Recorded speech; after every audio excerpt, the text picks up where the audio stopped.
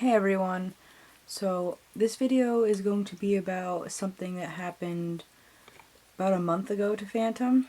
He actually experienced something called secondary drowning or dry drowning, which can occur in people and animals. So it happens when you're swimming and you inhale a lot of water and it ends up getting stuck in the airways and causing problems in the lungs. So we were at a local pond and he was swimming. He knows how to swim. He was playing fetch in the water, and we took a lot of breaks in between jumping in the water and getting his toy. What I noticed at first was during one of his breaks, I noticed that he was having these spasms in his chest and in his throat. It was a bit suspicious to see that happening. And then what got me pretty alarmed was he got up and ran over to some bushes and threw up a lot of water. And quickly after that, he was walking over and he started stumbling and acting almost like he was drunk or disoriented. And that's when I realized what was happening. And he quickly lost consciousness, which was pretty scary because he wasn't able to stand up. He was basically flopping over like he was dead.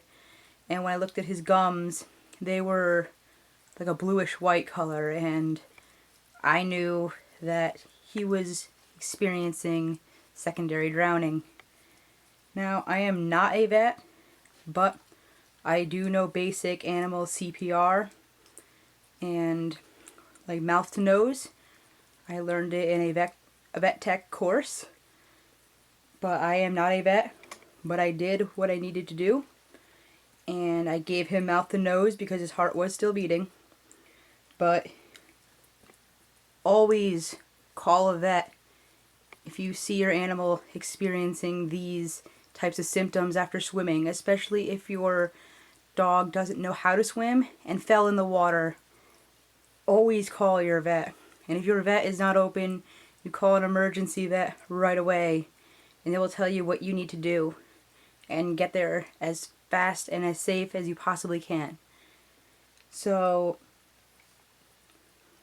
one of the things I also did before I had to do mouth to nose was I had to put him in a wheelbarrow position because he is a bit of a medium-sized dog, and that did help him get more of the water out. But because he lost consciousness, I did end up needing to do mouth to nose. And it's different for every dog, depending on the dog's chest size, their face. Is it pushed in? Is it a snout? Is it a Great Dane? Is it a Chihuahua? So the things that you do for a dog in a situation such as choking or drowning is different depending on the breed. So, like I said, always contact a vet when something like this occurs. So, there are ways to avoid this from happening. Even dogs that are good swimmers, like him, can have secondary drowning, and it can be really scary if you don't know what's happening or you've never seen it before. So, some of the things that the emergency vet told me that can help is take more frequent breaks, which we had done, but he still ended up having this happen to him. Using smaller and flatter toys so that their mouth is closed more around the toy. As they're swimming and jumping in the water, they can close their mouth better around that toy, and they won't inhale as much water. And toys that float, of course. You don't want your dog to have to put their head under the water to get the toy, because that can cause them to also inhale water. And a life vest is always something that will help because it will keep your dog afloat. If they get tired from swimming, they won't sink or go under. And in general, it does help them keep their head above water a little bit more. But secondary drowning, dry drowning, near drowning, there's a couple of different terms I've heard used for it. It can happen to animals, it can happen to people, but always monitor your dog around water, especially if they don't know how to swim. because if something like this happens, it can be a matter of life and death. The dog can act okay for 3 days, but they could still be not out of the woods yet. I had to keep him calm and monitor him for 3 days because there's still a possibility after a secondary drowning experience that they could have issues and they can die. I had to watch him also to make sure he didn't develop pneumonia because he was swimming in fresh water, and bacteria and stuff like that can cause them to develop pneumonia if the water gets stuck in their lungs for too long. And salt water is a little bit different of a situation. But that's something I wanted to talk about that happened to him because I wasn't sure how to make this video or how to discuss it because it's nothing I'd ever experienced before, but I was aware of occurrences like that.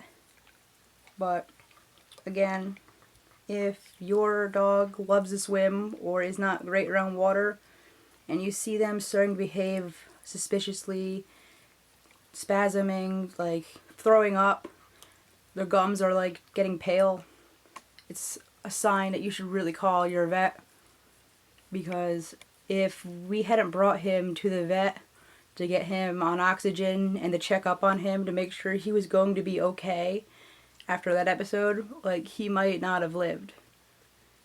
So it's still warm out, it's summertime, so be careful with your pets around the water, and just hope that this is something that you never have to experience, because it can be really scary if you've never seen it before or you don't know what's happening. So that's it for this video. I was going to make it quick.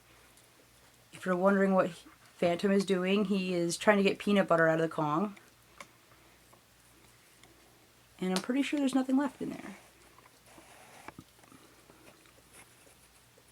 But yeah, thank you for watching this short video.